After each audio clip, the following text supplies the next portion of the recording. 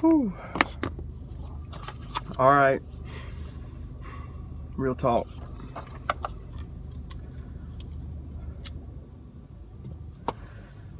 I just got out one of the hardest funerals I ever been to. His name was Mr. Mike, and this dude was awesome, man. This guy had a way of talking to you, and so when you leave, you know what to do, or you have a better perspective on life. And his name's Mr. Mike, and he was my mentor back in Newberry. And I remember the first time I met him, he told me, he said, "Delmar, you're not going to be at this church long." And I said, "Yeah, I am. I'm going to be here forever." And he said, "Nah, Del, he's going to use you in some different ways, in some bigger ways than this little church." And he was right. And that he kind of planted the seed that led to me going to Alice Drive.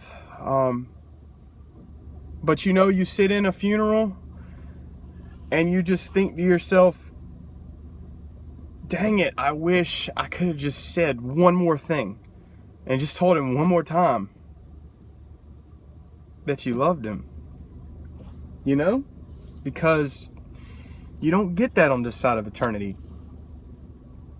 He was just 63. So, you think things are going to be fine, and then he has a heart attack out of nowhere. Everything's good. But Mike had a way of talking to, he'll say, "Hey, let's go get breakfast." And next thing you know, you're talking about your life story. He's talking about your love life. He's talking about what's your next step with Jesus. And you just think you're going to get some biscuits and gravy, and the next thing you know, you're signing up to get your master's at Anderson University. That's the kind of guy he was. And I just went to the funeral, and I realized, he did that with everybody. And I want to be that kind of person. I want to be, and he didn't do it because he got anything out of it for him. He did it because he cared. I want to be the kind of person who asks the right questions that people need to be asked, because Jesus has something they want to do in their life. And he didn't take any credit for it, because he would push back on you. He would totally push back on you. If you said something that was a little off kilter, he'd say, "Delmar, now where's that coming from? Is that coming from you? Or is that coming from, God?" And I would be like, "Man, why you gotta go there?" But he asked the right questions. He mentored me. And I love this guy. And his name was Mr. Mike. And he's the kind of guy a guy wants to be like. He mentors people who mentors people. And I can't really think of anything greater you could say about somebody, that they loved Jesus so much that when they had conversations with you, it just seeped out of that. And he was a deacon at Bethel, where I was, and I'll be honest, he was the best deacon in that church. I knew them all very well. He's a professor here at CIU, Columbia National University, and he just really cared. And I just wish that I could have had one more time to just look at him and say, part of the reason I'm the man I am is because you're the man you are.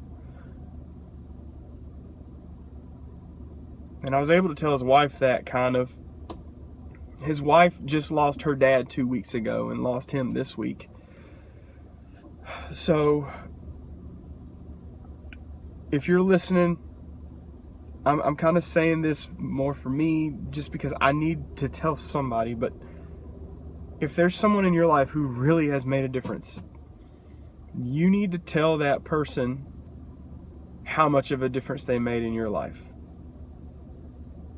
You need to tell it just as much for you as you need to tell it for them. Because on the other side, all you have is a desire to let them know, I love you. You helped make me the way I am. I want to make others better because of the way you treated me. And I wish I could have told him that. So I'm telling you now, if there's one person in your life, it could be your mom or your dad or your best friend, but seriously, if there's somebody in your life who has changed it, you need to tell them. You need to tell them now, because you don't know what's going to happen tomorrow. It might be your kid you need to tell. It might be someone you got in a fight with, but because you got in that fight, like, you made some better decisions. You need to let them know you matter and your life matters and you changed. Because I heard story after story in there today of people would get up in front of everybody and they would just say, man, Mr. Mike challenged me to do this and it made my life better. Mr. Mike challenged me this and it made my life better. And you know what? It's good that he can tell that to us, but every single one of those persons, you know what they wish they could do? Sit in front of Mr. Mike and say, you challenged me and you made my life better. And you don't want to have that regret. You don't want to have that. I kind of got to do that when I left Bethel. I got to shake his hand and thank him and tell him that I loved him, but I didn't get to tell him in the sense that I would never see him again. So, I mean, this is just me being real. That was hard in there. That was difficult. Because, you know, I've lost people that I loved before because they're like related to me and, you know, they treated me good, but losing Mr. Mike was losing somebody who he just infused himself into my life and challenged me. It is way different than any other relationship I ever had. I've never had like a sincere mentor relationship like that before, where the person, like, their purpose in your life is to help you take your next step. And you can't appreciate something like that enough. You can't tell that person enough how much they mean to you.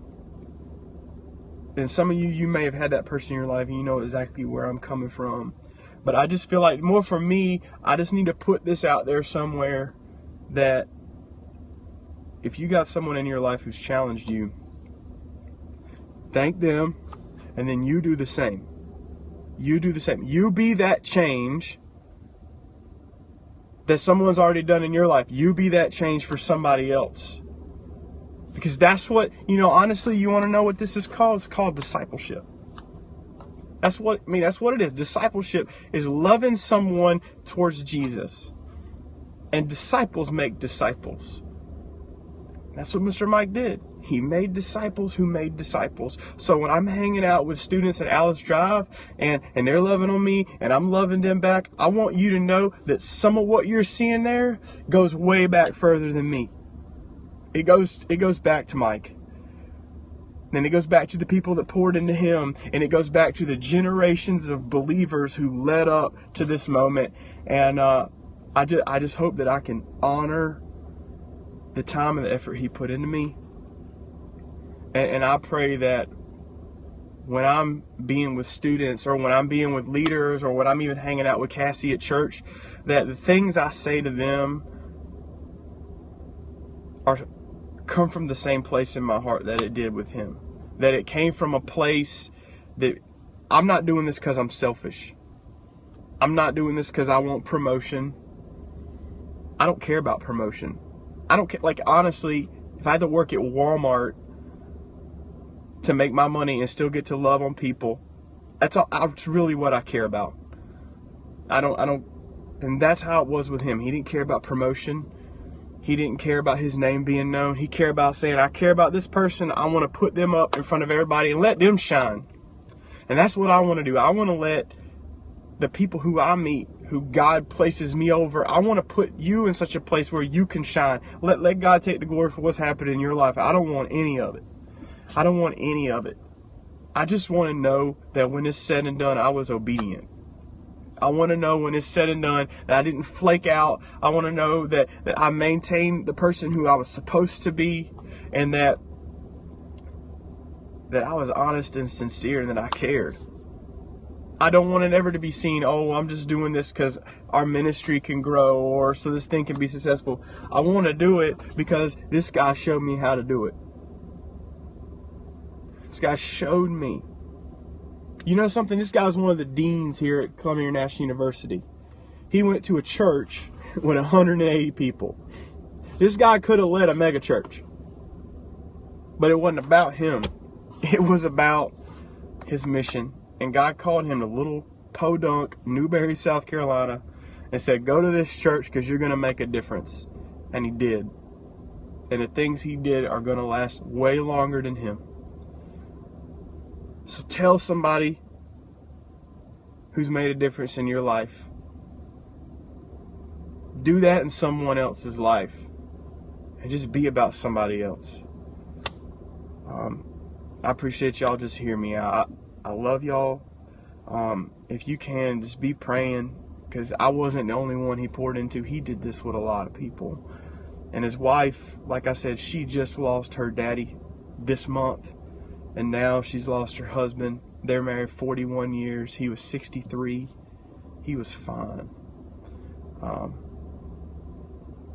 But don't be scared to ask hard questions. Don't be scared to make a difference in someone's life. Don't be scared to challenge somebody even when you disagree.